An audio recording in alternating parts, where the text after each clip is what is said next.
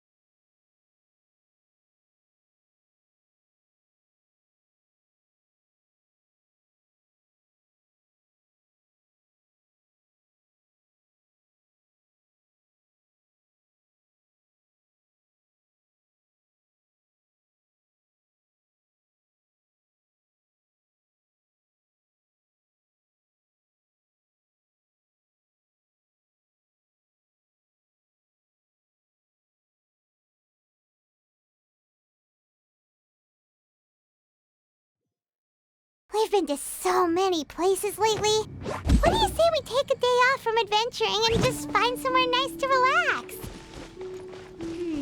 Let Paimon think. Where are some nice places we can go? Oh, why don't we pay Cloud Retainer a visit at Mount Alsong? It's been a while since we last saw that illuminated bird. She's always the one popping. Here we are, right outside her place. Do you still remember the first time we came here? We even brought offerings and everything. And when we told her that Rex Lapis had been assassinated, she immediately threatened to squash Liyue Harbor. Paimon thought she'd be impossible to get along with. But now that we've spent some more time together, she's really not like that at all. We probably don't need to bring any offerings now that we've gotten to know her pretty well, right? Still, Paimon's got some snacks around here somewhere, so if she really wants something, we can just use that. Huh? Traveler, did something catch your eye? Whoa, what a pretty lady. Is she also here to visit Cloud Retainer? Yeah, you're right. All it takes is one look and you can tell she's someone special. As expected of that bird lady, really. She must have a whole bunch of Adepti friends from all over the country. Okay, but if we're both friends of Cloud Retainer, then we're basically friends by association, right? Want to go up to her and say hello? Helping you make more connections is a part of Paimon's job as your reliable guide. Paimon's got this.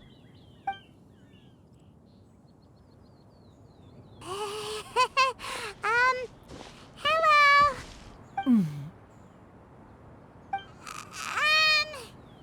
Paimon is Paimon, and this is the Traveler.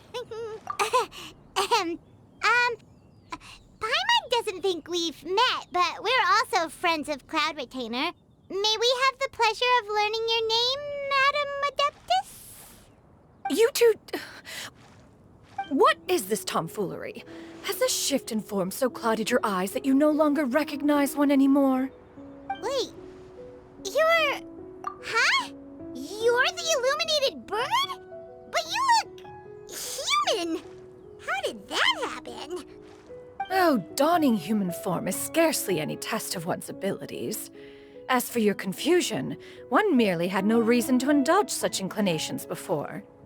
So, you're indulging now because... Well, one has made plans to pay a visit to some disciples at Liyue Harbor. Taking on a human form for such a trip is simply a way to make matters less conspicuous. You? Worrying about keeping a low profile? You're the one who likes to pop up out of nowhere all over the place. In fact, Paimon can think of several examples. Like last year, when you suddenly appeared on the top of a roof without any warning. Or...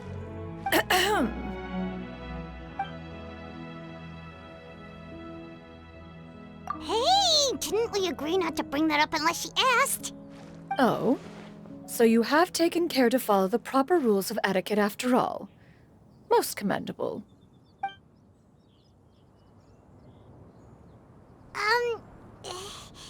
Well, this is all Paimon's got. You don't mind, right? One has never found oneself lacking in basic comforts. On the contrary, it is the gesture that one values above all else. So long as you've shown proper respect and consideration, the quantity or quality of the gift is but a trivial matter. That kinda makes Paimon feel a little guilty for trying to keep them for herself. Anyway, where were we before you reminded Paimon about the gifts? Ah, right. So by disciples, you must mean Ganyu and Shenhe. It's also been a while since we last saw them. Maybe we can come too. One planned to extend the invitation even if you had not raised the matter yourself. Shenhe and Ganyu should be quite pleased to see you again. However, one would first inquire as to the reason behind your visit here. You have cause to seek one's company? Yeah, we just found ourselves missing you and wanted to see how you were doing. We were hoping you'd tell us one of your stories. Who knew we'd run into your human form while we were at it? Is that so? If there are no urgent matters at hand, then let us make haste for Liyue Harbor. Ganyu is likely still working at Yue High Pavilion, so that shall be our first stop. Sounds great! Then let's all go to Liyue Harbor!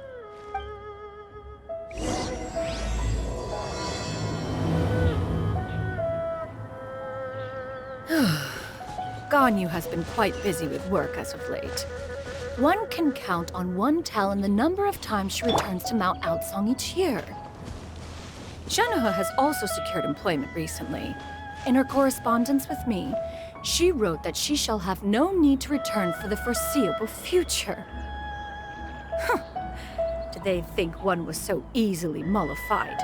One shall investigate everything with one's own eyes and decide for oneself if their living conditions are satisfactory.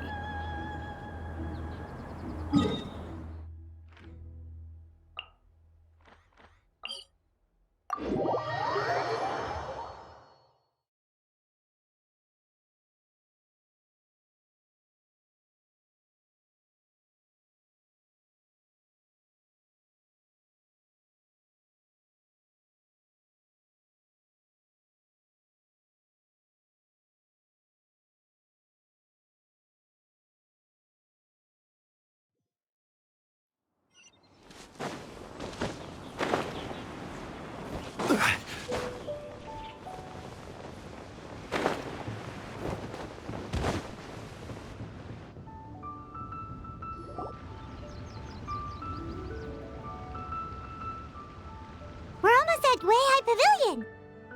Hey, do you think Ganyu will be shocked to see Cloud Retainer like this? Guess we have no idea if Shenhe and Ganyu have ever seen her in this form before. Wait, where did she go? Why are you just standing there, Cloud Retainer? Quietly now. One shall stay here. You two can go and meet with her. But why? Isn't it better if we all go together? If one were to proudly proclaim one's presence, Ganyu would surely profess herself otherwise unoccupied and drop everything to attend to one's visit. One fears that would only result in her staying up all night to make up for lost time. One does not wish to trouble her. Conversing vicariously via you two shall suffice. Do remember to inquire as to her recent well-being. Again, do not mention one's presence here. Fair enough, makes sense. All right then, we'll just pass on your regards and... Cloud Retainer? Oh,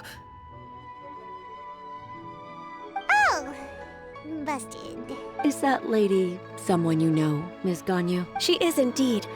I'm sorry, Huixin, but could we delay the upcoming meeting for a little bit? I believe my schedule today is quite full. Although, perhaps I could move some work to later in the evening. Oh, not to worry, Miss Ganyu.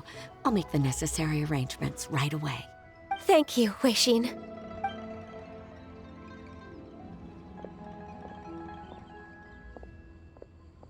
It's been a while, Ganyu. Greetings. What brings you here today? And Cloud Retainer, too. It's been quite some time since I last saw you in this form. you are quite mistaken. One is not acquainted with this Cloud Retainer of whom you speak. One is simply a mere mortal passerby. Huh? she's not buying it. That was but a simple test. One did not expect you to be able to recognize one so easily, especially after so many years of only seeing one's other form.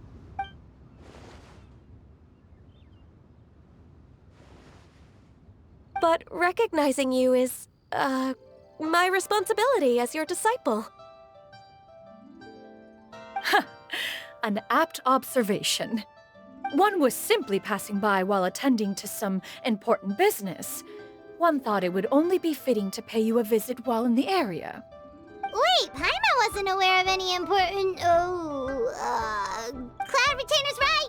We've still got something super important to do, so we can't stay here for too long today.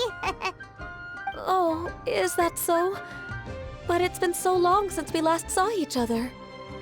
One simply desired to see you and had no intention of interrupting your work. A quick conversation should suffice for today. A more involved reunion should wait until you find yourself less occupied. I understand. That should be fine. While one acknowledges the amount of work that you have to deal with every day, one must also remind you to rest. Though Adepti blood flows through your veins, excessive exhaustion will still cause grave harm to your body. It still makes one nostalgic to see you as you are now, respected and independent. When you were young, you oft begged one to cuddle you to sleep when you suffered from nightmares. Cloud Retainer! Stop! If you insist. We are running short on time regardless, so one will refrain from going into each and every story. Why don't you continue your conversation? One shall simply stand by and listen. Wow, you've been to so many new places since the last time we spoke. If you ever need anything, please just come find me at Uehai Pavilion. Also, forgive me for my presumptuousness, Cloud Retainer, but if you plan to continue appearing in this form, don't you think it'd be helpful to adopt a human name? A human name? Huh. You raise a valid point. Considering the sheer extent of one's renown, Cloud Retainer is surely too recognizable as a name. You really think so? Not that you're not famous or anything, but that famous? You presume to know the extent of one's illustrious achievements. One would hardly think such a thing to be possible. Nevertheless, Ganyu's advice cannot be ignored. From this point on, when in public occasions, be sure to refer to one as Xianyun. Xianyun? I assume that's a reference to the full record of Pristine Pavilion. An adeptus of years past would rise with the clouds and rest with the moon. They were enlightened and wise, free and unfettered. The writer referenced Master's name to describe her carefree and spontaneous nature. Oh, that sounds super cool! Paimon feels like only the most powerful of Adepti could rise with the clouds and rest with the moon. Actually, those lines were originally written to describe Cloud Retainer herself. Huh? Wait, so you're really that powerful? And what of it? Did you truly take one to be nothing more than a bird of bigger than average size? Not exactly. To be fair, Cloud Retainer rarely speaks of her past accomplishments. The tales of her past can only be found in ancient texts. It is said that once, a long, long time ago, there was a severe drought in Liyue. Left with no choice, many people left their homes, while others spent day and night praying to the Adepti. Although I did not live through such tragedy, simply reading about it is enough to gain a visceral understanding of all the pain and desperation during that time. On top of the drought, a noxious gas also began to spread through the land. If not for Cloud Retainer's efforts, much of Liyue would be nothing more than a barren wasteland today. The books had this to say about what happened. Upon arrival, the Adeptus borrowed the wind to retain the clouds. Immediately, the clouds gathered together, and abundant rain burst forth from the heavens. Drought and plague were both driven away, and the people were saved. Wow, that's incredible! Mortal records add embellishments to dramatize past events. One did merely with one ought, and even if one had not interceded, the other Adepti would surely have stepped in to help. Even so, you stopped an entire drought! Can you really control the weather like the book said? Oh, Paimon suddenly has a lot more respect for you. So it was Paimon's bad for calling you Illuminated Bird before. You're not too mad, are you? How laughable. A name is but a simple label we carry with us on our journey through the world. Why would one be offended by such a trivial matter? That's a relief. In that case, Paimon will continue to call you whatever feels right in the moment. Well, that is quite enough ancient history for now. Ganyu, have you had word from Shenhe? One has heard that she procured a job recently. Have you any thoughts on her workplace? And what, pray tell, of her monthly remuneration? Moreover, does she find herself overly inundated with work? Is she allowed time off during Lantern Rite? That is a lot of questions. There is no cause for concern, Cloud Retainer. I introduced Shenhe to her employer personally. Wanmin Restaurant's business has been booming recently. So, with Chef Mao being swamped with customers, and Xiangling still off and out in search of new recipes, I introduced Shenhe to staff the restaurant. I see. Most excellent indeed.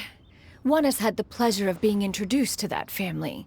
Xiangling is kind and astute, while her father is loyal and reliable. One has no cause to believe that they will make Shenhe's work difficult. Now, it is almost time to partake in the victuals of noon. One shall visit Wanmin Restaurant in person and see how Shenhe is doing. Huh? But didn't you just say that you had something important to do?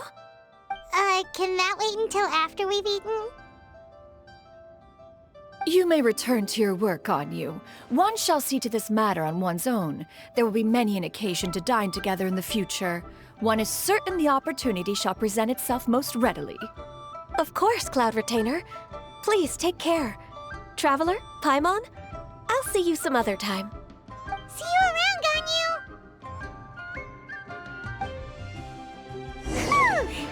Paimon was pretty quick on the uptake there, don't you think? As soon as you mentioned important business to attend to, Paimon realized that you were just looking to cut the conversation short and not take too much of Ganyu's time. Is Paimon right? No, in fact, it was not an excuse. One is indeed visiting Liyue Harbor for an important purpose. Wait, for real? The moment is not yet upon us. Still, the truth will be revealed to you in time. Huh. She really seems to be playing up the whole mysterious Adeptus thing right now. Is it because we just heard that cool story about her powers?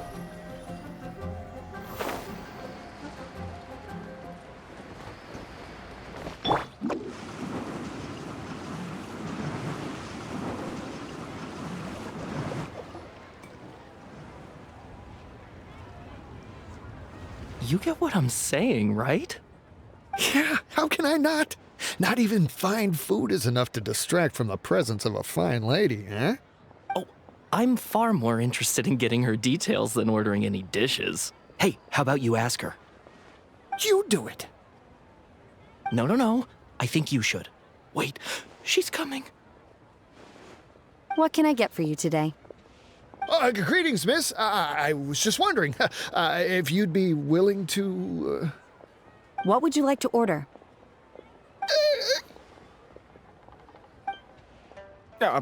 2 servings of Mora meat to go. Good chat. Bye.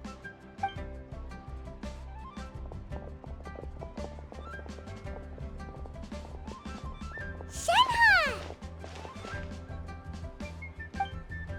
Welcome. It's been a while. May I take your order? Don't welcome us as guests and greet us as old friends in the same line. It's weird. Mm-hmm. Oh, and this is? This is Miss Xianyun. Master? Huh? Huh. One does not recall ever revealing this form to you before. How were you able to ascertain one's true identity with such ease? I've trained and lived with Master for more than 10 years. I would recognize you no matter what form you take. You... Is something the matter, Master? Hardly. Hardly. One simply learned of your employment from your letter and came to check on your well-being. And check out the great food, too! Indeed. It's almost lunchtime. My apologies. I'm still on the clock and can't talk for very long. Well, if it isn't the Traveler in Paimon, are you here for Shenhe? The lunch rush isn't in yet, Shenhe. So I've got things covered for now. Go ahead, sit down and enjoy some time with your friends. I'll let you know if things pick up. Thank you, Chef Mao. Woohoo!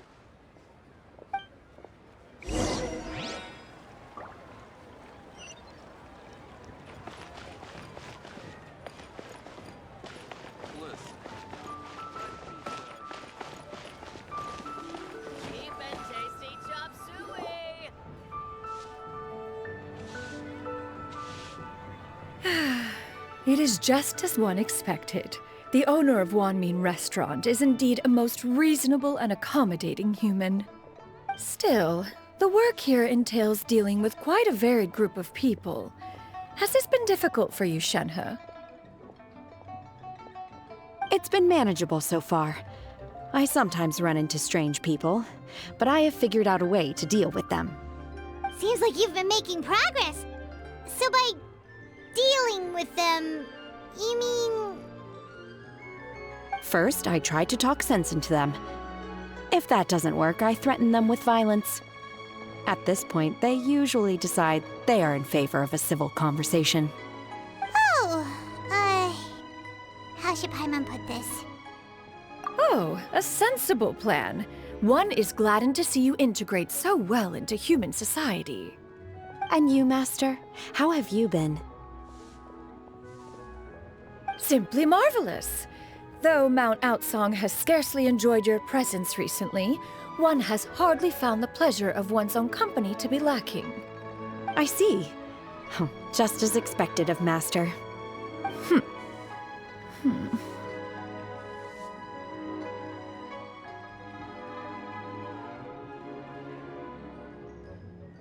I have missed Master quite a bit too. Even though work has been busy lately, I've already had a conversation with Chef Mao about taking some time off soon to visit Master. Oh, you did? Do make note of such matters in your letters in the future. There's hardly a need to keep one in suspense. Whoa, her mood shot up just like that. By the way, Master, since you are in Liyue Harbor, have you had the chance to visit Ganyu? Indeed. She is similarly preoccupied with her work. There was time only to exchange a few simple pleasantries. Ganyu told us the story of Cloud Retainer's name. It was amazing. We never knew how powerful she was before. I see. In that case, allow me to also share a story about Master's past. Oh? Is that a problem, Master? I believe this to be a good topic of conversation. No, not a problem. One was simply caught off guard. But no matter. Please, proceed. One is most curious to see how much of one's own conversational prowess you possess. Master once participated in a race against Mooncarver. After Mooncarver lost, he insisted that Master's ability to fly gave her a natural edge in such a contest. In response, Master agreed to forego flying in return for being able to use one of her devices in the race. Mooncarver accepted, only to find Master with a brand new device on the day of the contest. Huh, what kind of device was it? It was a mechanical vehicle made out of iron. What was it called again? Oh, an electro-powered bicycle? Oh, you refer to the bicyclical Thunder Flashmobile. One spent 49 days conceptualizing and crafting it. It need only be infused with adeptal energy, and it can cover thousands of miles in one day. Oh, it boggles the mind why Mooncarver ever supposed he might best me in a contest of locomotion. Though he sprinted with all his might, he could barely keep up. Alas, the one flaw of my mechanism lay in its weakness against mountainous terrain. One was thwarted mere seconds from victory, when it was thrown off course and failed to make it across the final stretch. Truly a most unfortunate turn of events. Anyway, do go on, Shenhe. Master, that was the end of that story. Is that so? Huh. With you gone, one has seldom felt the desire to call upon those old fossils for another contest. What is a race without spectators, after all? Have you been lonely, Master? Lonely? Huh. At one's age, entire human generations come and go in the blink of an eye. Even one's own self-directed musings can span several days and nights. 'Tis a most foreign sentiment. The mere mention of it is preposterous.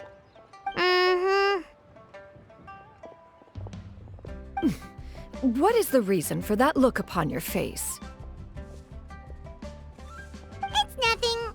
It's just... Well, Paimon gained a lot of respect for you after listening to that story of you summoning the rain and everything. But all it took was a few words out of your mouth and it's like you're back to being that illuminated bird again. Paimon's just a little bit confused. Which one of the two is the real Cloud Retainer? To me, they are both, Master. One is the master that's widely revered by the people, while the other is the master that I respect and adore. Huh.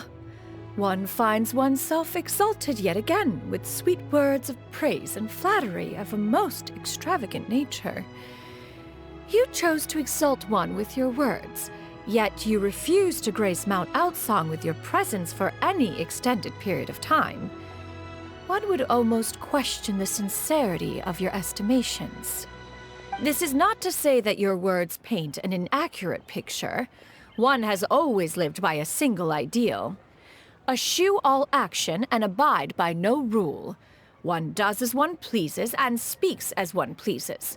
Others may critique or praise as they see fit, yet one places little weight in such judgments. She got like, what, 2 sentences of flattery from her disciple, and it's as if her ego is about to burst. Do you have any empty tables?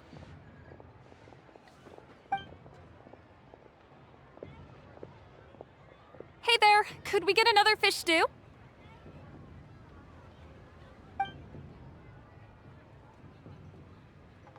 I'm hearing more guests come in. I should get back to work.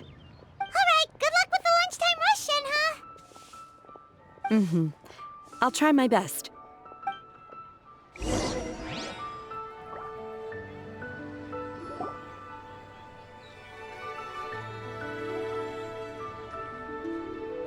So much yummy food! Paimon's gonna feast!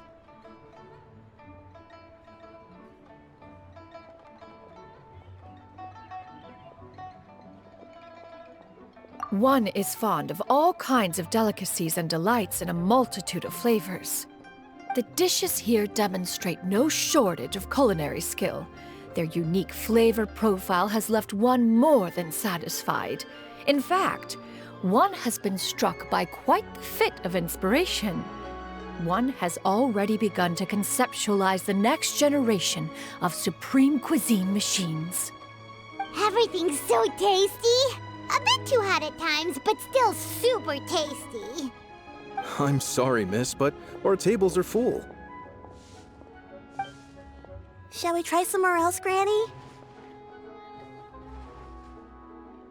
But it smells so delightful. Can we really not eat here?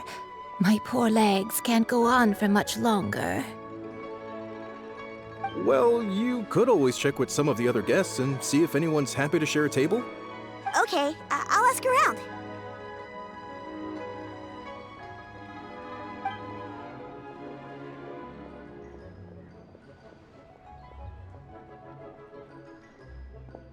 Excuse me. Would you mind letting us share a table with you? There are no empty tables left, so... Ah, well, Paimon doesn't mind. What about you guys? Great! Thanks so much. My name is Xianyun, and this is my granny, Yuendai. Granny? Yep. Is there something wrong with that?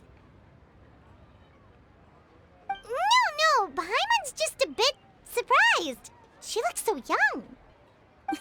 Yeah. A lot of people compliment Granny on her youthful looks, but she's actually much older than she appears.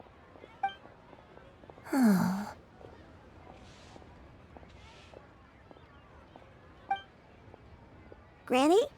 Why don't you take a seat? Come on, it's not polite to stare. Huh. Have we met before? No. 'Tis a fated meeting, then. Please, take a seat. What would you like to eat, Granny?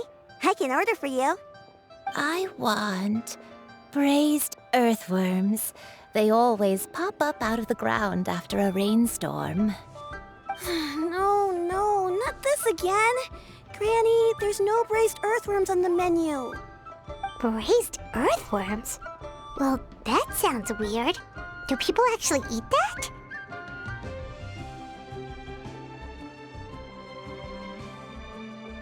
Right, that's what Paimon was thinking too.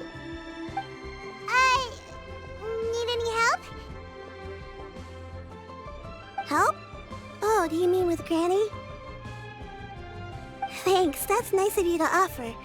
Granny has pretty bad dementia, so her memory's getting worse all the time. She's always saying things that sound kinda confusing. Actually, her memory's been bad ever since I was little. But it's gotten so bad lately that I even have to remind her who I am every morning. They died young. It's just me and Granny now. Oh, But it's okay. Don't feel bad. Granny loves me a lot, and I love her a lot too. Sure, it's hard at times, but you just gotta make the best of the life you've got. wow. You're really tough for your age, kid. You're too kind.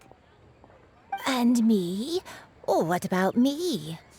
You're tough too, Granny. Plus, you're really gentle, and you're always there for me.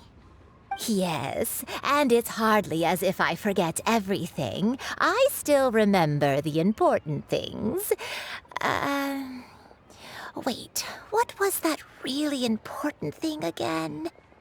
Ah, I remember now. It was a dream. I had a dream where everything was dark. Someone was standing in front of me. She told me to come and find her, and that once I'd found her, I would be free. Huh? That sounds super important. But how come you've never told me about it before? It was just a dream, so I forgot about it. But I'm in a good mood now, and somehow I remembered it again.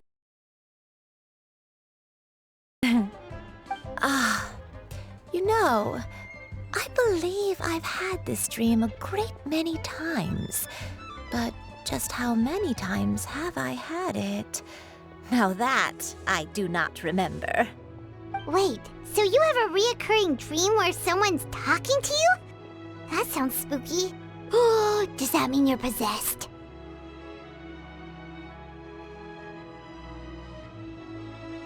Unlikely. Her eyes are clear and her breathing remains calm and level. One sees no signs of possession. Are you sure? Who do you take me for? Is one not an adept? Am I not an expert? Huh, you're right. Paimon almost forgot you're the expert. In that case, do you still remember what the person in your dreams looked like, Granny? Not anymore. Although, I have a sense that she looked rather like me. But not as I am now. My younger self. A younger version of Granny? This is just getting weirder and weirder. What is going on here? As one said, fate must have brought us together. You may leave the situation to me. Are you sure? So, what are your names? Paimon's Paimon. Just Xianyun is fine. Thank you all so much for offering to help. But first, I'm sorry for asking, but, how do you want us to pay you back? Oh, we don't need any payment for this.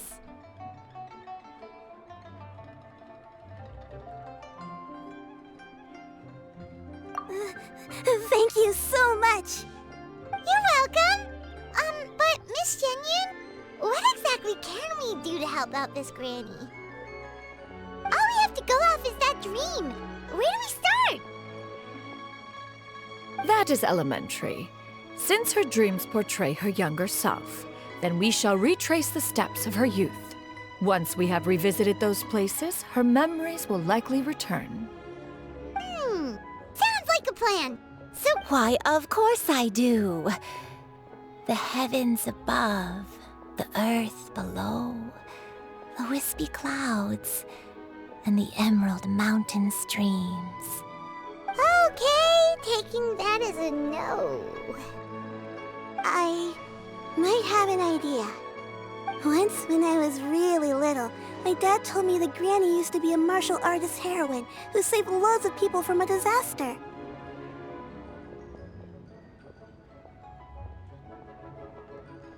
If it's true, then maybe they wrote about it in the history books or something. A martial arts heroine? Oh, Shinto knows tons about Liyue's chivalric traditions. If anyone knows about the heroes of the past, it's him. Let's go find him at the Xianyun Commerce Guild. Are you leaving already? But I'm still hungry. I'll go order some food, Granny. If there's nothing on the menu you especially want, I'll just get a few different things. It seems we must part ways for now. The Traveler and Paimon are bound for the Xianyun Commerce Guild, while Yuendai and Shuyu shall remain here and partake of their lunch. As for myself, I have matters to discuss with Streetward Rambler. Streetward Rambler? Oh, you mean Madam Ping! Precisely. Let us meet at Yujing Terrace once you are ready.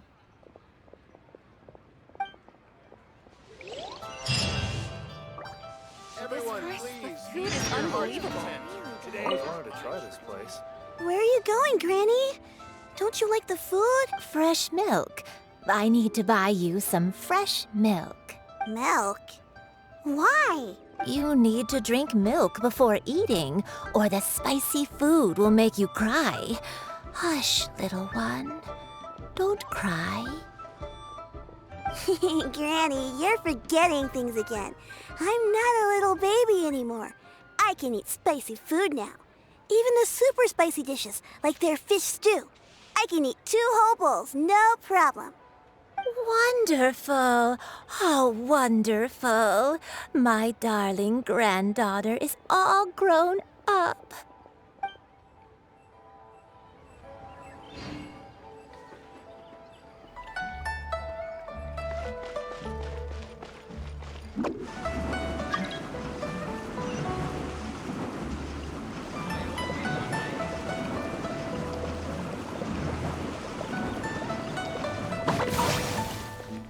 Behold!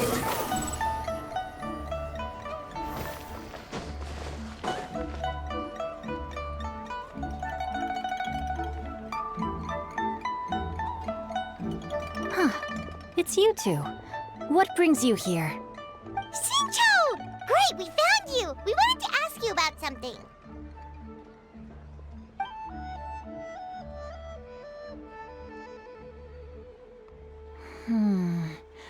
That's not a whole lot of information to go off of.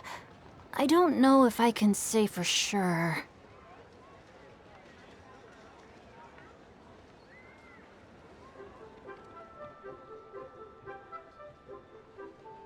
I can't pinpoint her identity from your description alone.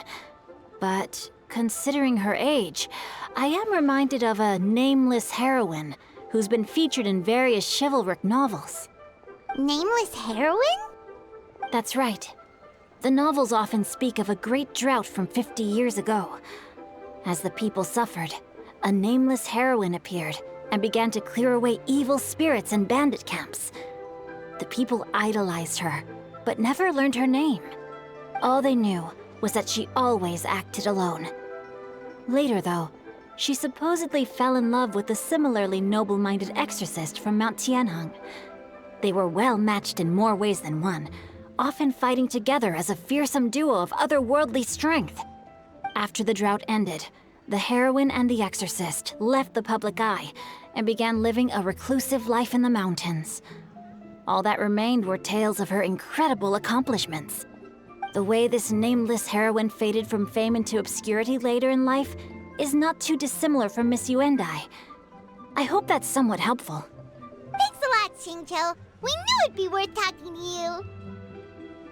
It's nothing at all. Just something I came across while reading. I did do a bit of extra research on her story, but it was just out of personal curiosity. Well, Paimon still thinks that's super cool. Oh, wait, Xingqiu, if you've read up on her, do you know of any places often associated with her? Let me think. In the novels, the nameless heroine always appeared near one of 3 places: Wangshu Inn, the area just north of Jueyun Karst, and Qingyun Peak. Perhaps the real-life heroine who inspired the character was also often seen near those 3 places. That would explain why those locations appear in the various novels written about her. You're welcome. To be honest, I found some parts of the story confusing when I first came across it. If Miss Yuendai was indeed the original inspiration for the character, she may just be able to help me put the pieces together. It's rare for a chivalric hero to fade into obscurity during their lifetime, even after retiring from the public eye. But no one ever saw or heard from the nameless heroine again. There were even rumors that she became extremely ill. I've never understood why someone would go to such lengths to erase themselves from public memory. It's almost as if she was trying to hide from something. There's probably far more to the story than what's been written. We'll be sure to tell you if we manage to uncover the truth. That's a deal. Perhaps, behind the truth of it all, there lies a story more fantastical than any work of fiction. Paimon feels like we just learned so much from Xingqiu. A drought, a nameless heroine, a life of seclusion. Wait, why does the story sound super familiar? Oh, right! There's a drought in this story, too! Xingqiu, are droughts super common in Liyue or something? Well, they used to be.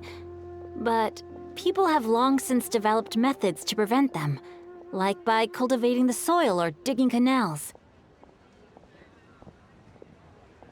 So while droughts do happen from time to time, they are rarely regarded as true disasters.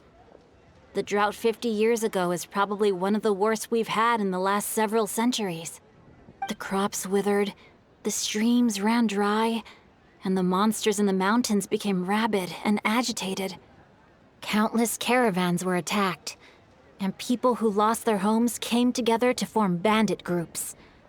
What started as a natural disaster soon became a human tragedy as well. That sounds awful. Yeah, and that's exactly why the nameless heroine was so beloved. She must have been someone of true integrity, to do so much for the people while asking nothing in return. Still, as terrible as that drought was, it was nothing compared to the truly calamitous disasters that befell this land in ancient times. They say that back in those days, disasters were both more severe and more common. Only the strongest of Adepti could hope to dispel the ruin and devastation. Do you have any other questions? We're good for now. We're just going to head back and meet up with Miss Xianyun and the others again. Paimon hopes that Granny Yuendai will be able to remember more of her past. She used to be a great hero who saved many people. So sad said that she can't recall any of it.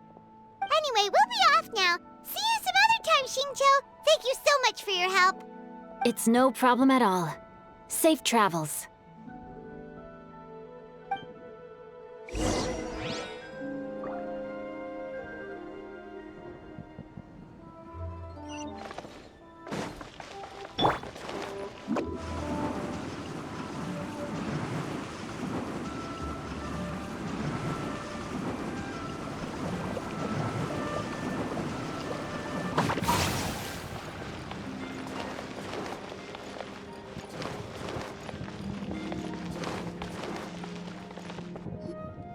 I have recorded the tune that you requested. I hope it will be of help to you. Oh, thank you. Straightward, Ping, what has amused you so? Oh, it's no serious matter. I was just reminiscing about the last time I saw you in this form. Time has wrought such change in this world, and yet you appear just the same as ever. Time has little bearing on one's existence, nor has one keenly felt its effects whilst dwelling at Mount Outsong. Nevertheless, Ping, one would like to seek your counsel on a personal matter. Oh, why so formal all of a sudden? I must say, you're making me a little nervous. What is it? Well, the inquiry is as such. Approximately how much more would one need to afford a comfortable life in the harbor, not unlike the one that you yourself lead? It does not require as much as you may think. Still, do you mean that... Cloud Retainer, Madam Ping! What are you two talking about? Nothing save for some trivial matters.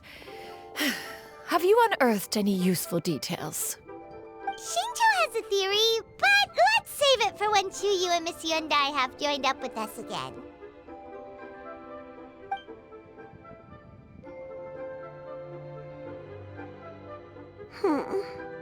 Do not be troubled, young lady. Here, have some tea.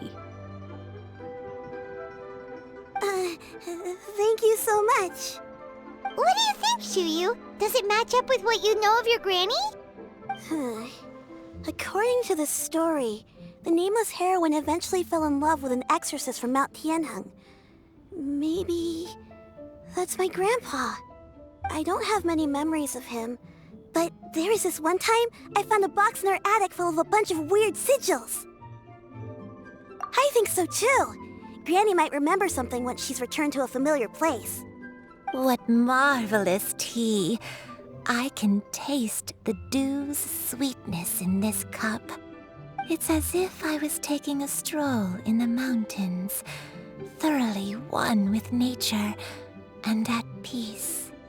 Is that so? Then please drink as much as you like. There's no need to hurry. At our age, it's always nice to slow down and take the time to appreciate pleasant conversation among friends. Thank you. Okay, since we have the time, can I ask you something? Sure thing. What would you like to know? I have a secret I want to tell you. Let's go talk over there.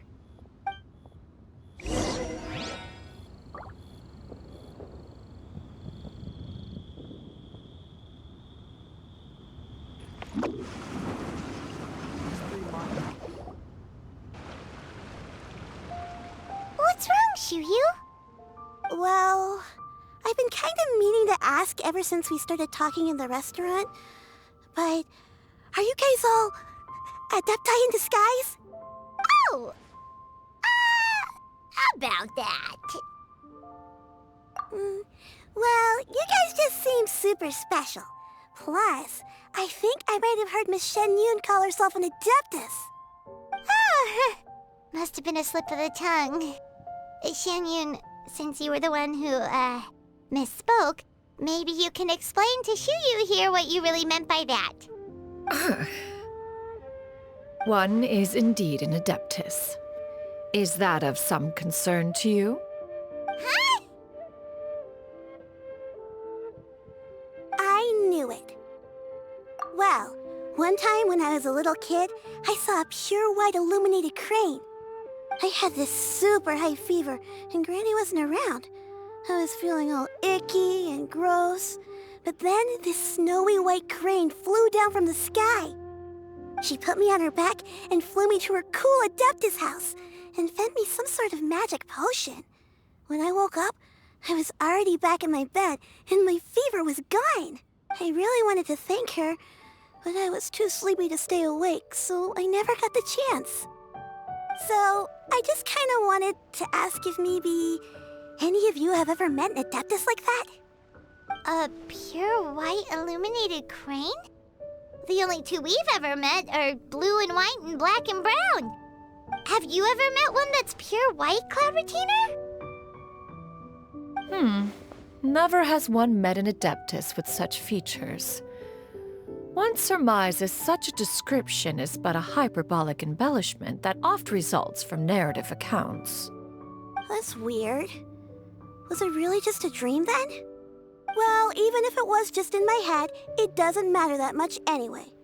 All I really want is to help Granny recover her memories. I'm really grateful for all your help. Leave it to us! Now that we know the 3 locations, we just need to visit them one by one. Let's go to Wangshu Inn first. Okay, I'll go get Granny.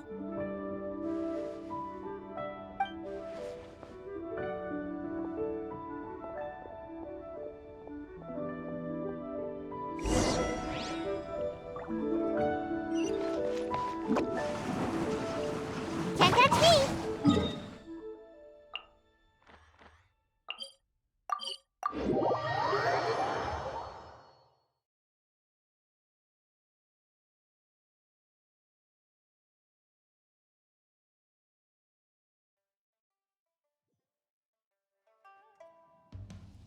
Wangshu Inn. Wangshu Inn. Do you remember this place, Granny? Yes. The fish here is very delicious, and if you look out into the distance, you can always spot a bird that's been left behind by its flock. I believe I used to have a room here. It had a window. Yes, I spent a lot of time looking out that window. Which room was it again? Let me look. I'll come with.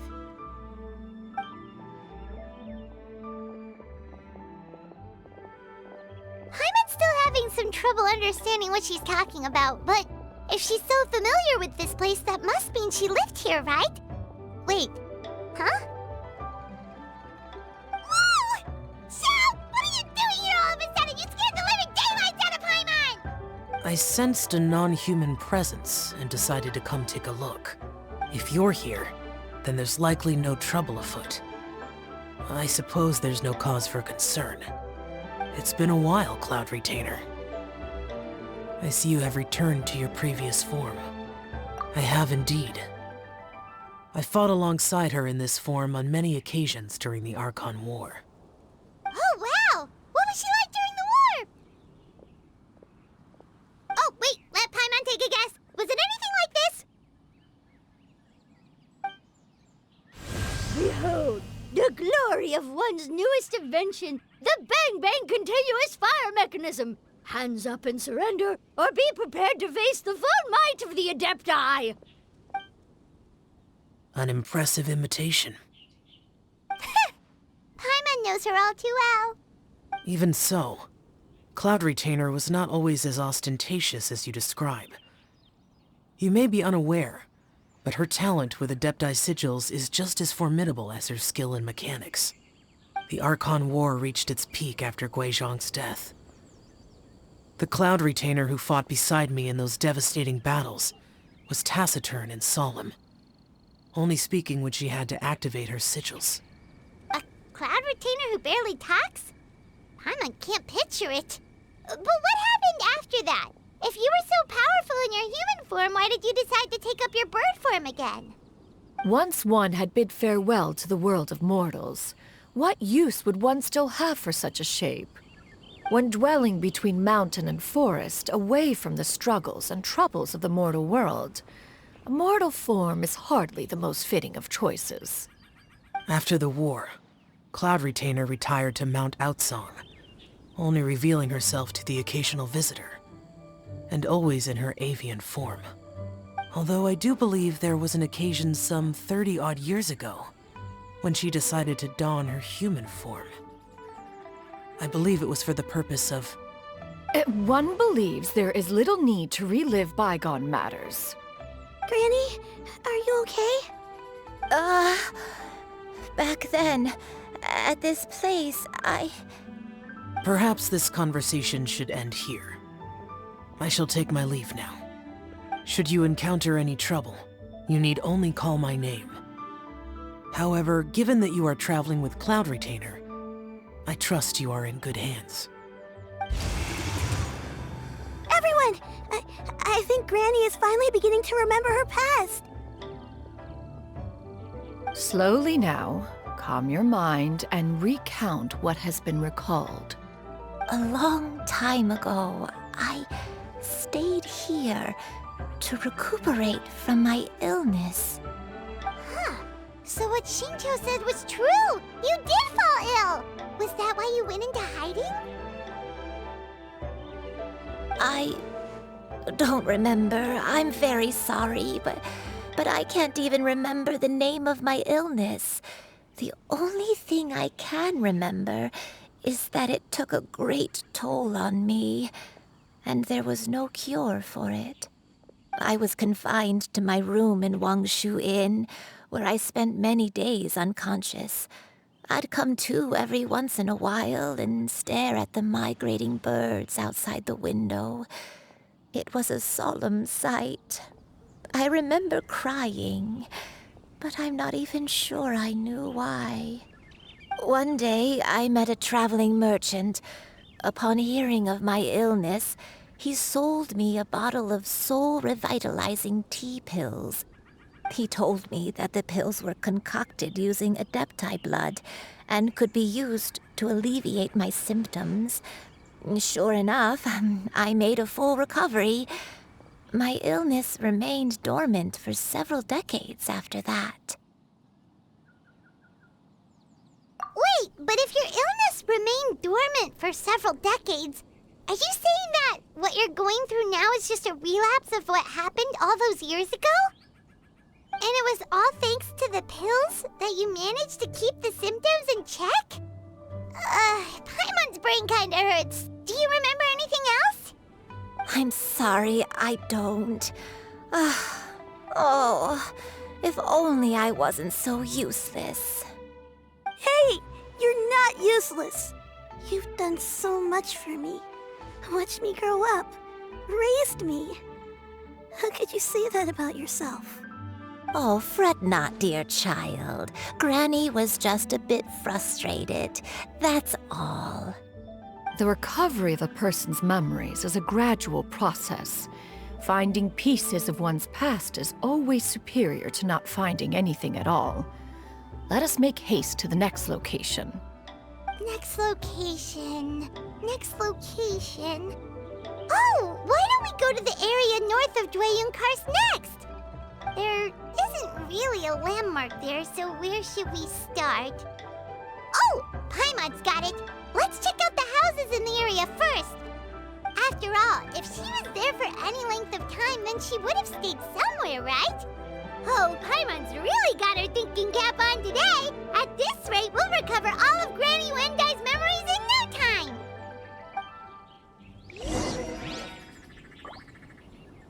Huh?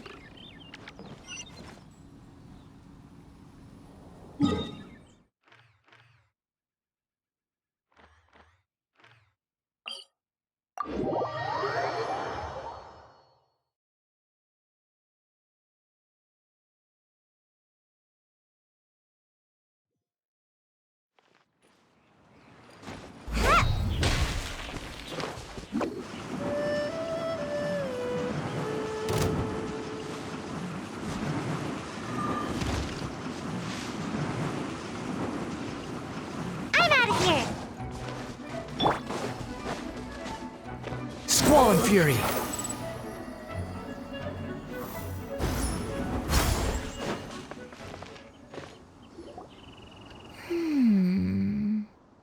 I don't remember this place at all. I don't think I've ever been here before. Still, I was thinking, this place feels perfect for a game of hide and seek. Huh? Why a game of hide and seek? I'm not sure.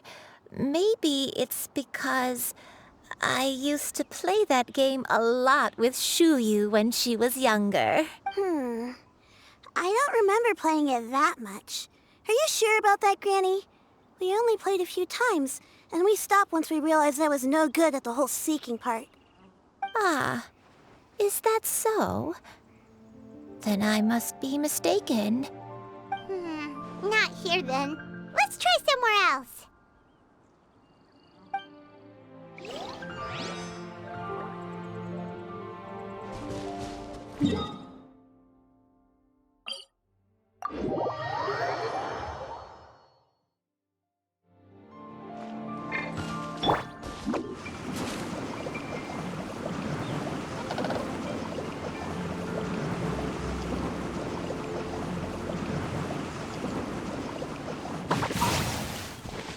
Whoa, why are there so many treasure hoarders here?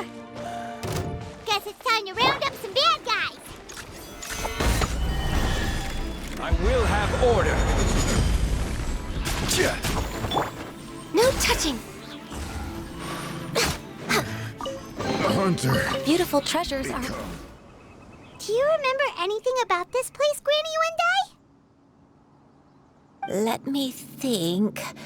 I feel like I've been here before, but I don't think I stayed here too long.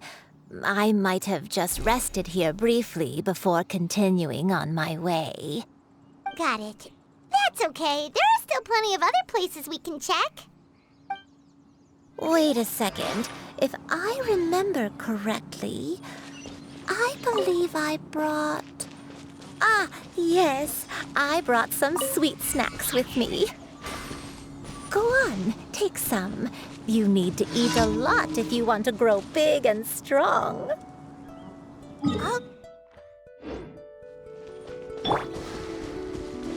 Behold!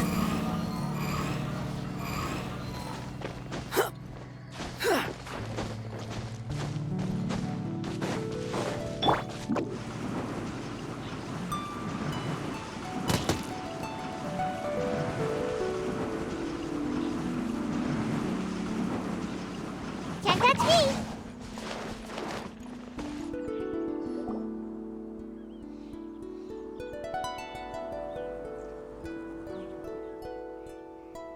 Paimon sees an abandoned house. Why don't we take a break over there?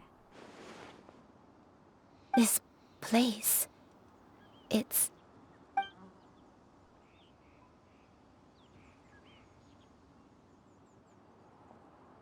Did you remember something, Granny?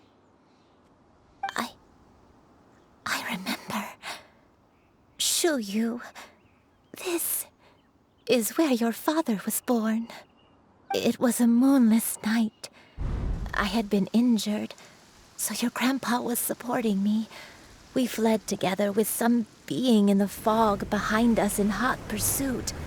I had exhausted my strength when the labor pains came on, so we took refuge in this house.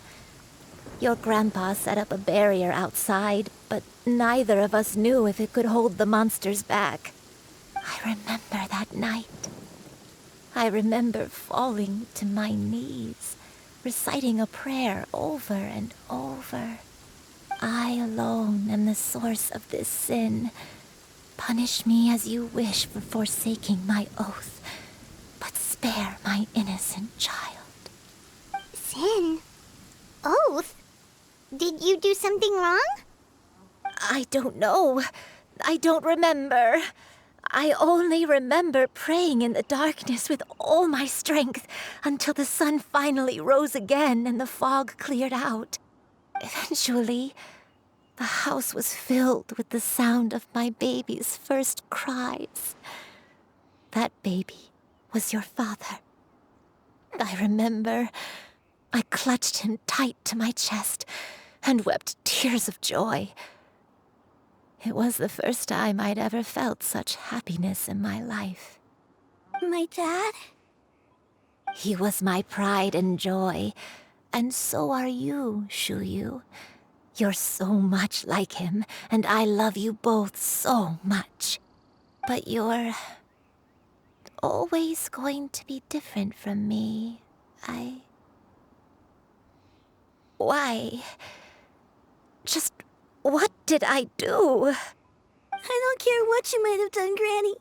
You'll always be the person I love more than anything. You're too sweet, Xianyun. I'm lucky to have you with me. If not for you, I would not have had the courage to come here, to try to remember what I had forgotten. All right, let's not stand around any longer. There's one place left, yes? Let's go take a look. If one recalls correctly, the next place should be Xianyun Peak. Yuandai, how fares your health? I may be a bit slow, but I'll do my best to keep up. I'm sorry to keep everyone waiting. Climb on. I shall carry you to the top. Oh, such lightness of weight. All those who grow old grow frail in the end, do they not? First, you lose your memory, then your health. Eventually, you end up losing everything. My only wish is to depart this world with a lucid mind, to free myself of this torment and the burden it places upon others. Fret not.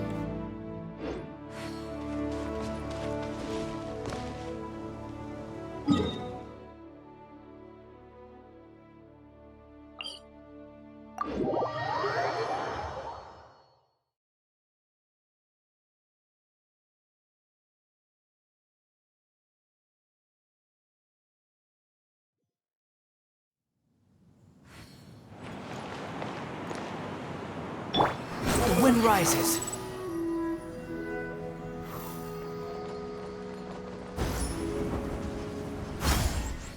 Behold!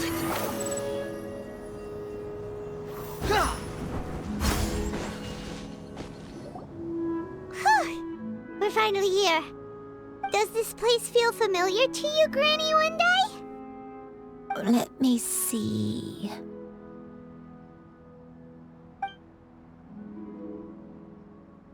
How strange. Have I lived here before? When we were at Wangshu Inn and the abandoned house earlier, though I couldn't remember everything, I still felt a sense of familiarity. I could easily picture myself in those places. But here, I don't have that feeling.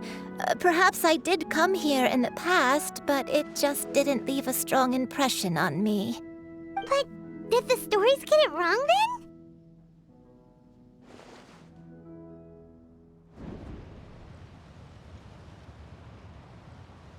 Yeah, that's true. But they're also the only thing we have to go off of. Paimon was hoping this place would jog Granny Yuandai's memory just like the others. I'm sorry to disappoint you too. It's all right. We're not going to give up yet. We'll figure something else out. Just you wait. Thank you. If only I could remember. Huh? That way. What's that mountain? Oh, let Paimon look! Huh? Isn't that Mount Outsong? Looks like we've come full circle. Mount Outsong. Mount Outsong. Granny, are you okay? Don't push yourself, Granny. It's okay if you can't remember. You shouldn't do something that makes you sad. Mount Outsong, What am I really? Mount Outsong holds some familiarity to you? It does, but I can't go back. Are you feeling unwell? My head. It feels all heavy and dizzy. What is wrong with me? Cloud... Miss Xianyun, is there anything you can do? Let us go to Mount Outsong. But... Fret not, all will be well. You and I, you have already given more than enough to the pursuit of this endeavor. You may leave the rest to me. I've prepared something that can aid you in suppressing the fear in your heart and restoring your lost memories. It currently resides at Mount Outsong. Wait, really? When did you do that? I never leave anything to chance. All will reveal itself when we arrive.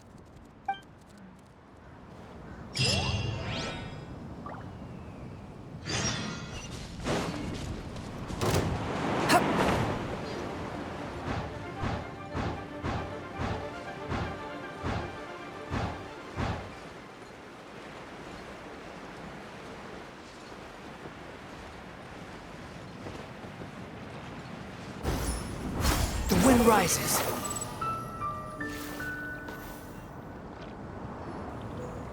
Come on, just tell Paimon already! What's this thing you've prepared? Here, this is it. Huh? But isn't this the mechanism that you were tinkering with when we first got here? Oh, is it another invention of yours? Precisely. A recent one at that. I am most pleased with the result. I call it the Suspensus Somnium mechanism. It periodically releases a soft breeze, which when paired with a gentle adeptal tune, can help the listener subconsciously relax and even enter a semi-hypnotic state. Soothing agitation and anxiety, relieving exhaustion and insomnia, its potential uses are numerous indeed. And of course, it can also aid in the recovery of lost memories. Whoa, what a cool gadget!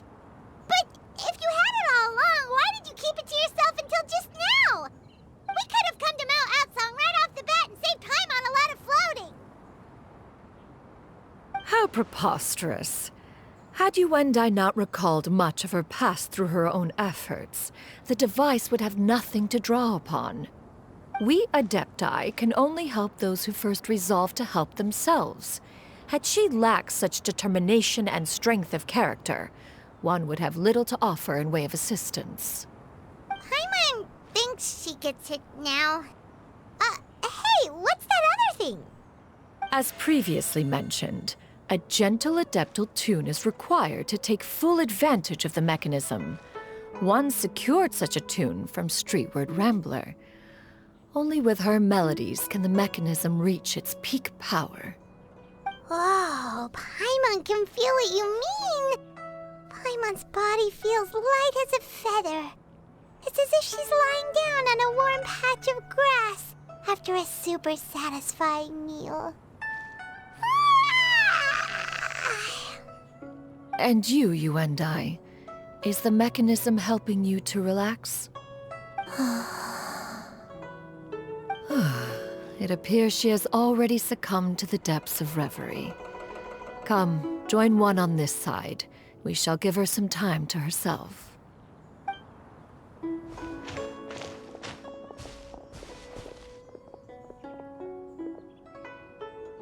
The drought is over. But why do you look like you want to cry? The potion. It's nearly run its course. I've never regretted meeting you. Not even for a second. Please. Please, no.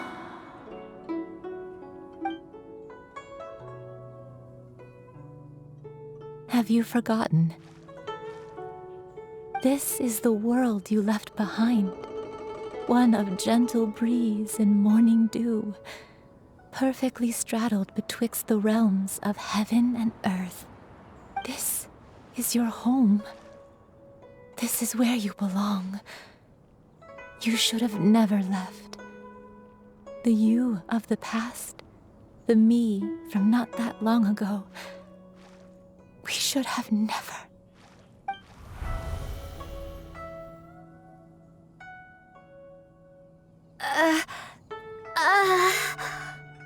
So that is the truth.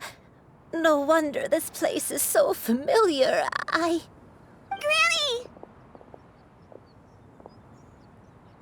Granny, are you okay? Cloud Retainer. Your memories have returned? Wait, did you just call her by her full name? Does that mean you already knew each other? Yes, I now remember everything. Everything. Granny, please don't cry. I'm here. I'm here. Oh, don't worry, my dear child. Granny is fine. I'm so sorry, everyone. You've gone to so much trouble on my behalf. It's all come back to me now. The most important thing that I had forgotten was the truth of what I once was. One can sense the guilt that now plagues your conscience. Reclaiming a truth long buried is sure to come with a myriad of complex emotions. Perhaps one should recount the story on your behalf while you compose yourself. No, it's okay. Now that I've remembered, I must face my memories head on. Xianyun, everyone, I cannot thank you enough for all your help. I'm ready to tell you my story, if you're willing to listen. Please, Granny, don't force yourself. What happened in the past doesn't matter. I love you more than anything. Nothing you say can change that. I know, dear child. My feelings for you are exactly the same. It is for this reason that you deserve to know the truth. Some time ago, I made a terrible mistake. One for which I could never atone. Is this the sin that you mentioned in Xianyun Karst? What happened? I am, in truth, not a human being. My real form, one that I held for centuries, was that of a wild crane. I spent many, many years living on Mount Outsong, bathing in the soft breeze and drinking the sweet dew of the mountains. At some point, I somehow gained wisdom and sentience. The Lord of the Mountain, Cloud Retainer, became aware of my existence and began to share many stories with me.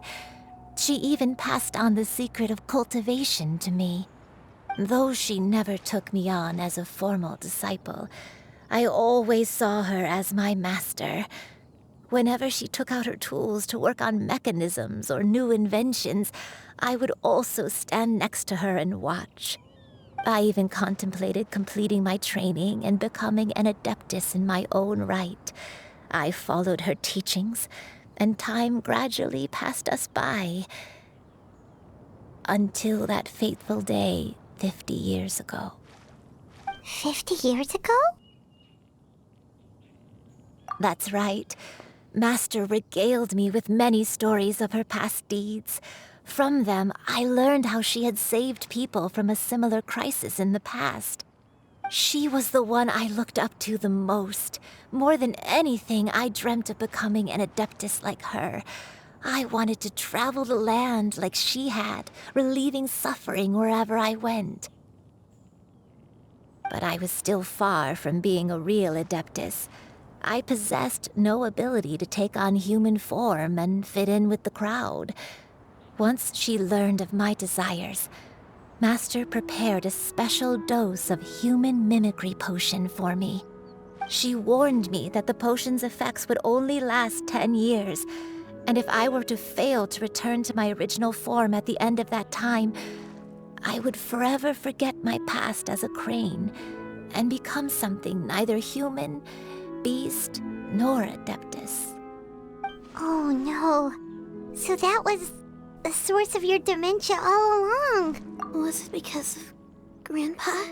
Indeed, I fell in love. Though he was human, he had spent his entire life training on Mount Tianheng. When we met, it was not only my first foray into the world below, but his as well.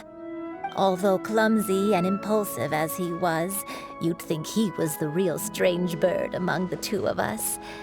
But still, just like me, he cared deeply about the world and wanted, more than anything, to cleanse it of all pain and suffering. I could not help but fall for him.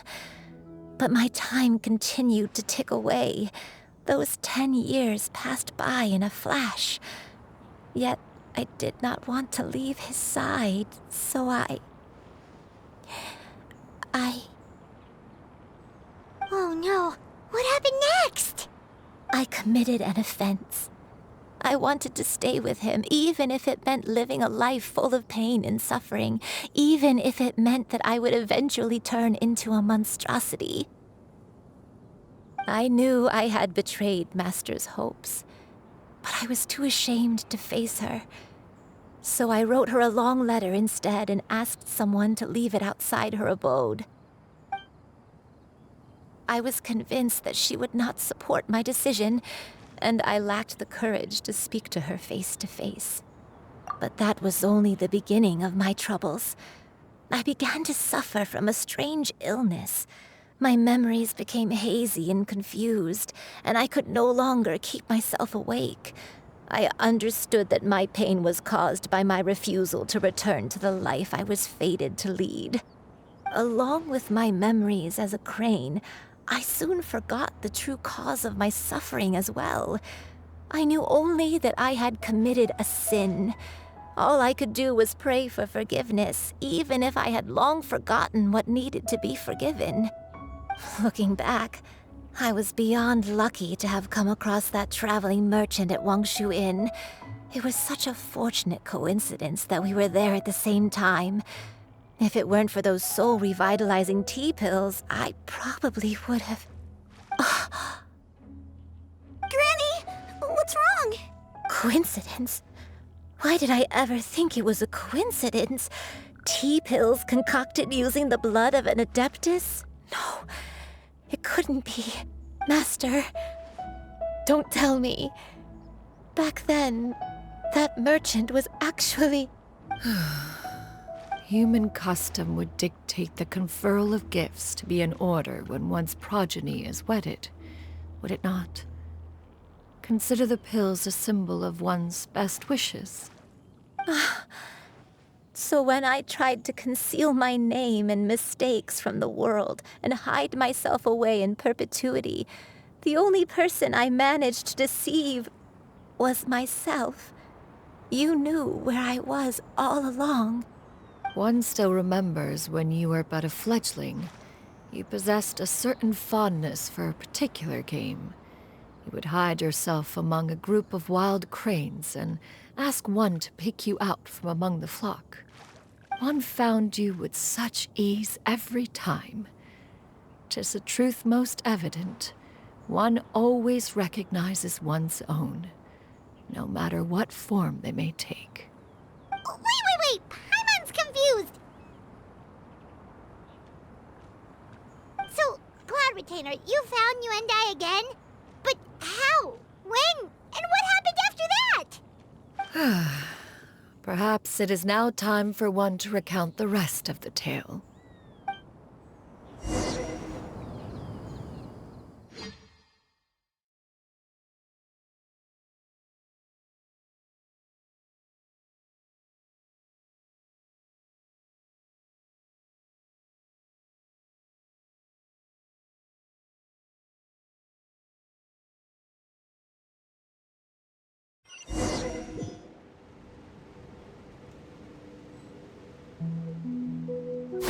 One was furious upon receiving your letter. Seized with anger, one set out to bring you to your senses.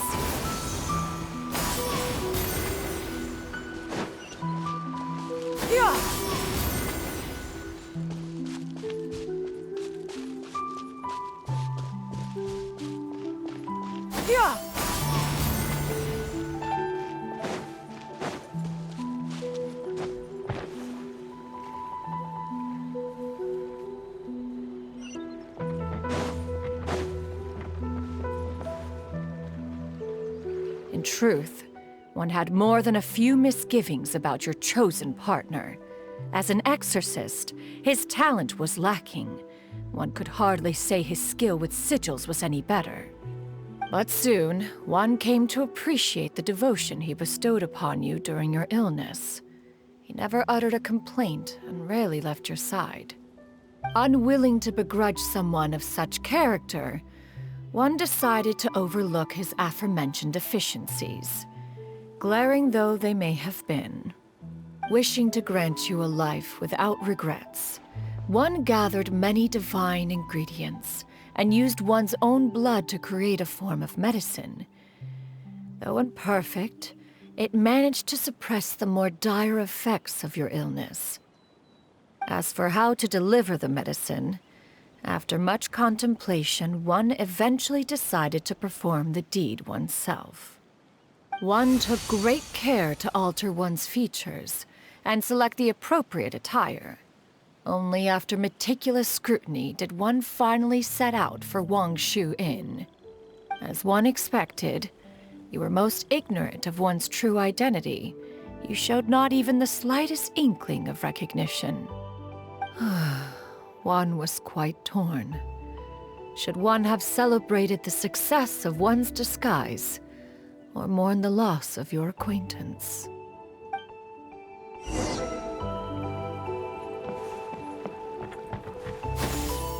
Skyward! Scatter! Scatter!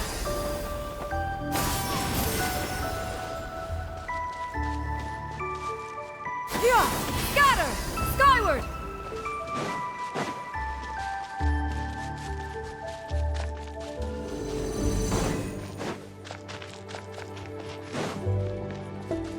Yeah! Scatter! Nevertheless, one would speak to you about another matter, if you are amenable, even considering your loss of memory. One was simply flabbergasted that you could so easily forget the consequences of consuming medicine infused with Adeptal blood. Its proclivity to attract monsters is hardly that complicated of a concept to remember. To think that you tried to travel while weak from sickness and heavy with child. Had one not intervened to clear the fog, all of you would have been lost during the night. Yeah! Scatter! Seize the skies!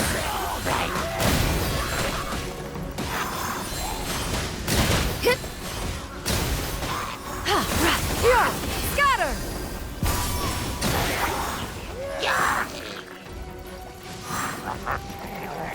Skyward! Scatter! Stray clouds converge!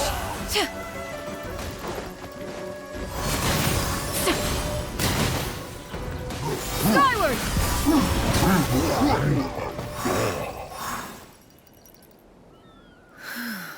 Those monsters would hardly have pursued you with such ferocity without sufficient incentive. They were likely incited by the presence of godly remains. Said godly remains, in turn, were likely drawn to the trace of one scent on your body. One was, after all, an active participant in the Archon War. Some of the gods were likely shattered by contraptions of one's very making.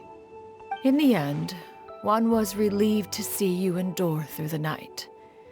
At the break of dawn, one heard an infant's cry pierce through the air, and one saw you carefully cradle the child to your chest. Although certain mortal matters remain foreign to me, one could not help but be moved by your joy. To see you happy, that was more than enough.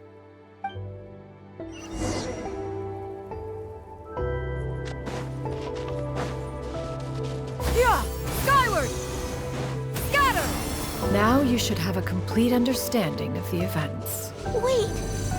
But if that's true, then the crane who took care of me when I was sick must also be... Ah, one had almost neglected to recount the absurdities of that tale.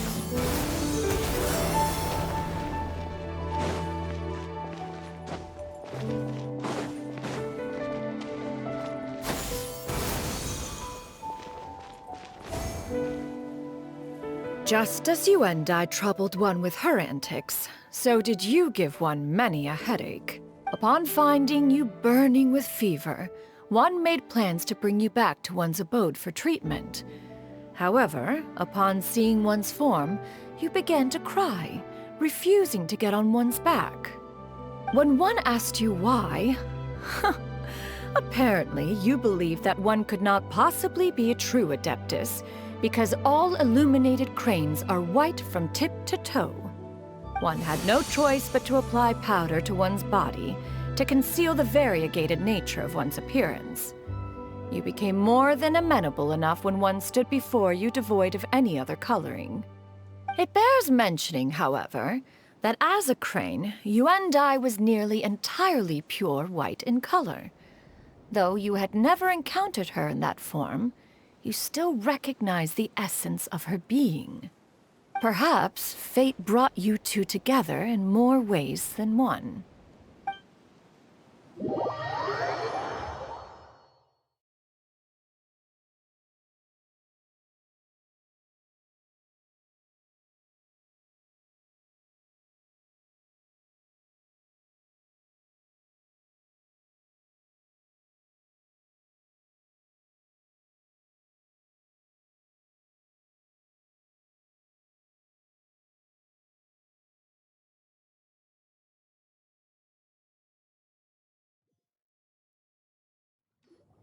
Now all has been revealed. One owes you an apology, you and I. One recognized you upon your very entrance into Wanmin restaurant. One has always viewed you as a disciple of equal standing with Ganyu and Shenhe. Indeed, one wished to bring your story to a satisfactory end with this visit to Liyue Harbor. Still, one could not reveal your identity right away. Had one simply informed you of all you had lost, all those cherished memories would merely have become the fictionalized account of another. Memories are most meaningful when recalled by those who lived through them. Would you not agree?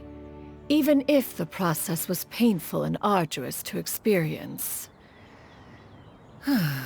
Have you any further inquiries? Master, I